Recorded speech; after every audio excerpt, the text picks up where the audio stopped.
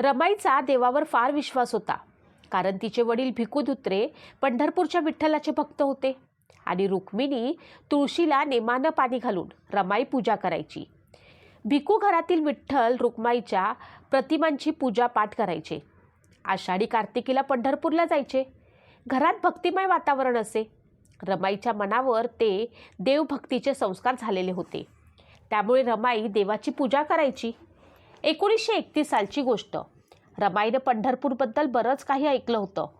पांडुरंग भक्तांना पावतो, वेळप्रसंगी हाकेला धावतो, जनाबाईचे दळण दळतो, चोख्याची गुरे ओढत असे, गोऱ्या कुंभाराची मडकी घडवत असे दाखले भजन कीर्तनातून ऐकले होते. रमाईची तब्येत बरी नव्हती तरी उपास तापास करीत असे. साहेब रमाईला खूप समजावून सांगत असत. रामू, मी माझ्या बुद्धीच्या बळावर आणि तुझ्या साथीनं जीवनात यशस्वी होत आहे. तुझ्या भक्तीने किंवा नवसाने विजयी होत नाही. तू उगीच माझ्या विजयाचं श्रेय त्या देवाला धर्माला देतेस. हे सारं ऐकून रमाईला ते पटत होते, परंतु मनावर झालेले संस्कार ती विसरत नव्हती. तिला वाटायचे आपले वडील पंढरपूरला जायचे, विठ्ठलाचे दर्शन करून येत असत, तसेच आपणही एक दिवस पंढरपूरला जावं, विठ्ठलाचं दर्शन घ्यावं, आपल्या पतीला सुखी, त्यांना जीवनात यश देऊ दे असं मागणं मागावं. या आशेनं ती घाबरत घाबरत विचारते, साहेब, मला पंढरपूरला जाण्याची इच्छा आहे, अशी विनंती करते. साहेब रागावतील हे माहीत होतं, परंतु ऐकलं तर पांडुरंग पावला असे समजायचे असे तिने ठरवले होते. साहेबांनी शांतपणे ऐकून घेतलं व त्यांना राग आला व म्हणाले, रामू, जो विठ्ठल आपल्या जातीच्या लोकांना देवळात घेत नाही, त्यांना दर्शन देत नाही, त्या देवाचं दर्शन घेण्यासाठी का जावं? तो देव आपल्याला काय कामाचा? चोखोबा विठ्ठलाचा भक्त होता, परंतु मरेपर्यंत विठ्ठलाने त्याला देवळात घेतलं नाही किंवा त्याला दर्शन दिलं नाही. विठ्ठलाने भक्तांना मदत केली, त्यांच्या मदतीला धावून आला, हे सारे भास आहेत. आणि साधू, संत, कीर्तनकार यांनी विठ्ठलाचा महिमा वाढवण्यासाठी तशा दंतकथा व काल्पनिक कथा रचल्या आहेत आणि भजनातून कीर्तनातून भोळ्या भाबड्या लोकांना ऐकवल्या आहेत. प्रत्यक्षात असे काहीही घडले नाही. रामू, तू तुझ्या मनातील पंढरीचा पांडुरंग काढून टाक. हे सारं थोतांड आहे. जिथे देवळात जाण्यासाठी प्रवेश नाही तिथे जाण्यात अर्थ काय आहे? साहेब रागाने बोलत होते. रामू, माझा अशा देवावर बिलकुल विश्वास नाही. रमाई म्हणते, साहेब, मग नाशिकच्या काळाराम मंदिराचा सत्याग्रह का केला तुम्ही? रमाई घाबरत घाबरत बोलत होती. साहेब काय बोलतात ते मनाचा हिय्या करून ऐकणार होती. साहेब म्हणाले, रामू, तो सत्याग्रह देवाचं दर्शन घेण्यासाठी नव्हता. रामू, तो लढा, तो सत्याग्रह समतेच्या हक्काचा होता. आम्ही जर हिंदू आहोत तर इतर हिंदूंना मिळणारे हक्क आम्हाला का मिळू नयेत? आम्हीही माणसे आहोत, मग आम्हाला देवळात जाण्याचा हक्क का नाही मिळत? यासाठी तो सत्याग्रह होता. पंढरपुरातील पुजारी, बडवे अस्पृश्यांना देवाचं दर्शन घेऊ देत नाहीत. तो पांडुरंगही त्यांना बदलू शकत नाही. असा पांडुरंग काय कामाचा आहे, सांग बरं? साहेब जरी रागावले होते तरी रामूची भोळी भाबडी भावना ही ते जाणत होते. तिची समजूत कशी काढावी हा प्रश्न त्यांच्या समोर होता. साहेबांनी आपला राग आवरला आणि म्हणाले, रामू, आपण आपल्या त्यागाने नवे पंढरपूर निर्माण करू. तिथे कुणालाही प्रवेशबंदी नसेल. तिथे कसल्याही प्रकारचं कर्मकांड, पूजा, आरती, प्रार्थना नसेल. तिथे विज्ञानाचा गजर असेल. तिथे ज्ञानाचे धन असेल. तिथे समतेची सरिता वाहील. तिथे माळकरी टाळकरी नसतील. तिथे कीर्तन करणारे, भजन करणारे नसतील. आपल्या पंढरपुरात डॉक्टर, वकील, इंजिनियर, प्रोफेसर, साहित्यिक, लेखक, कवी जन्माला येतील. ते समता, मानवता, लोकशाही, न्याय, बंधुत्व माणसामाणसात पेरतील. समाजाचे प्रबोधन करतील. ते पंढरपूर सर्वांना खुले असेल. त्या पंढरपुरात देव नसेल. ते पंढरपूर माणसाचा महिमा वाढवणारं असेल. त्या पंढरपुरात माणसाचा गौरव होईल.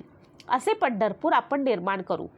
आपल्या पंढरपुरात माणसाला प्रगतीचा मार्ग दाखवला जाईल. मानवता, समता टिकवता येईल याचं शिक्षण दिलं जाईल. माणसामाणसातील जातीयता नष्ट करून समता स्थापन करण्याचं ज्ञान दिलं जाईल. असे आपले नवे पंढरपूर असेल. रमाईनं साहेबांचं बोलणं, विचार व संकल्प नीट समजून घेतला आणि आपल्या अज्ञानाची तिला जाणीव झाली. आपल्या डोक्यात जे पंढरपूर होतं ते तिनं काढून टाकलं. आणि साहेबांना म्हणाल्या, आमच्यासारख्या भोळ्या बाबड्या माणसाला हे सारं समजत नाही, म्हणून तर आजही लाखो लोक त्या पंढरपुरात जातात आणि भक्तिभावानं आंधळ्या श्रद्धेनं दर्शन घेतात.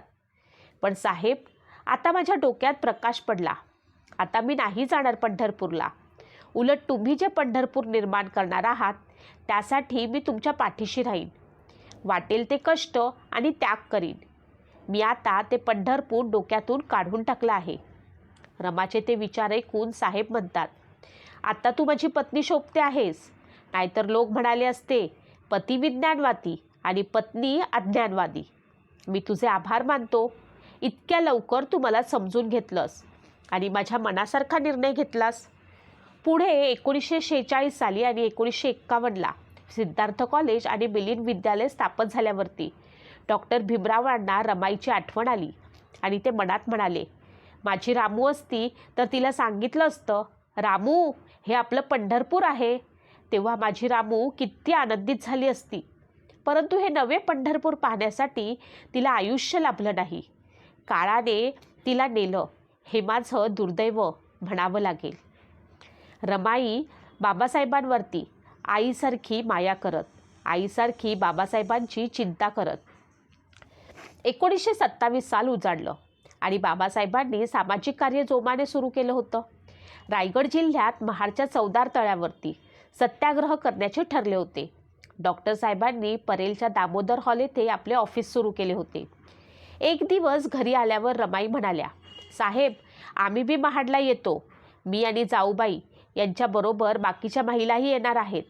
त्यावर साहेब म्हणतात, रामू, तुम्ही येऊन काय करणार? रमाई म्हणते, साहेब, आपली माणसं येणार आहेत.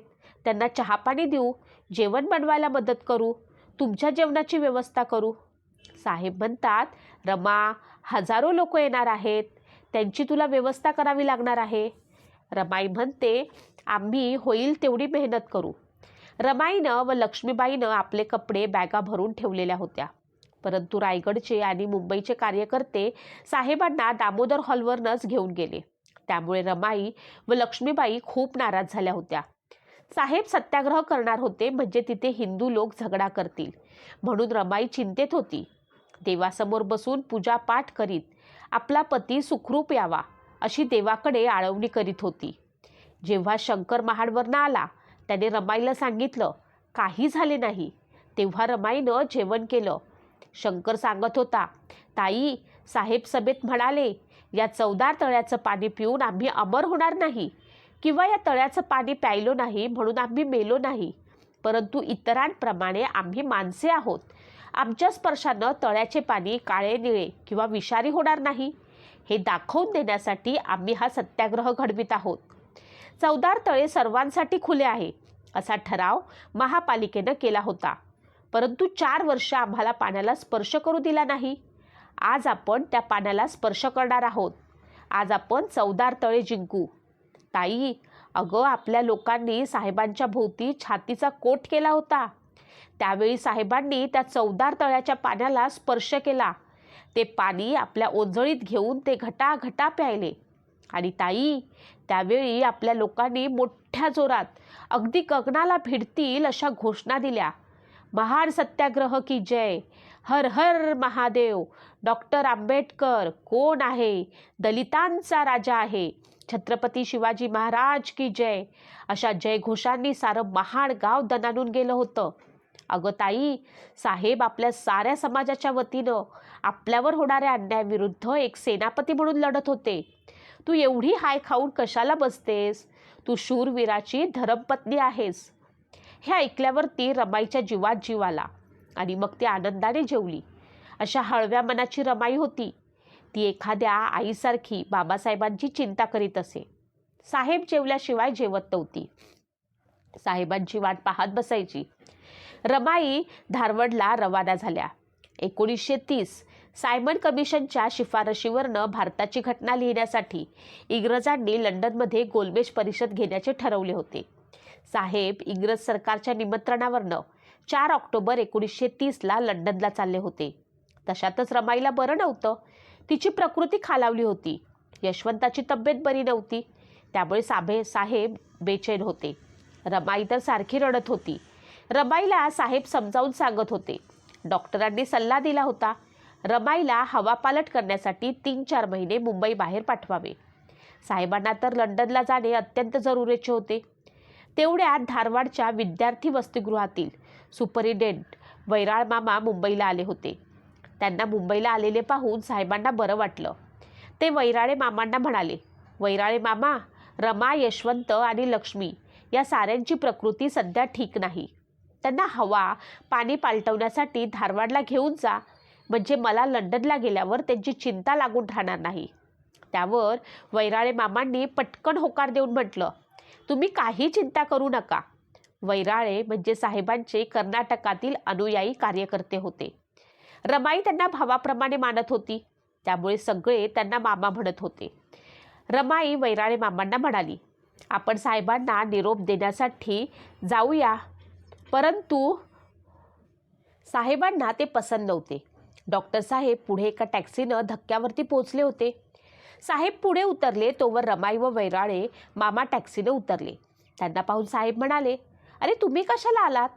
तेव्हा त्यांना वैराळे मामा म्हणाले, साहेब, आईसाहेब येत नव्हत्या, मीच त्यांना घेऊन आलो. त्यावर साहेब रमाईला म्हणाले, रामू, तू माझी उगीचच चिंता करू नकोस. माझी खाणीपिण्याची सारी व्यवस्था आहे.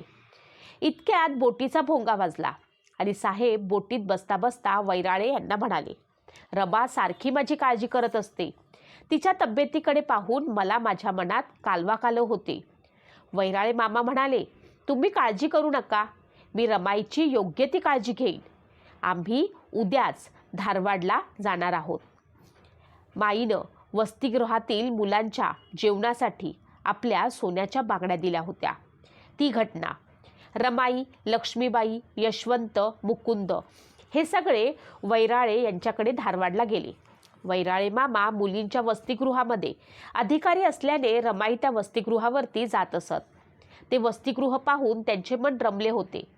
कधी कधी स्वयंपाकात मदत करीत असत, तर कधी जेवण वाढण्यास मदत करीत असत. रमाई एक दिवस वसतिगृहावरती गेल्यावरती वसतिगृहावर स्वयंपाक झाला नव्हता. मुले आणि मुली उपाशी होते. रमाईनं वैराळे मामांना विचारलं, मुलांना उपाशी ठेवणार का? त्यावर वैराळे म्हणाले, आईसाहेब, ग्रँट मिळाली नाही, दुकानदार उधार देत नाही.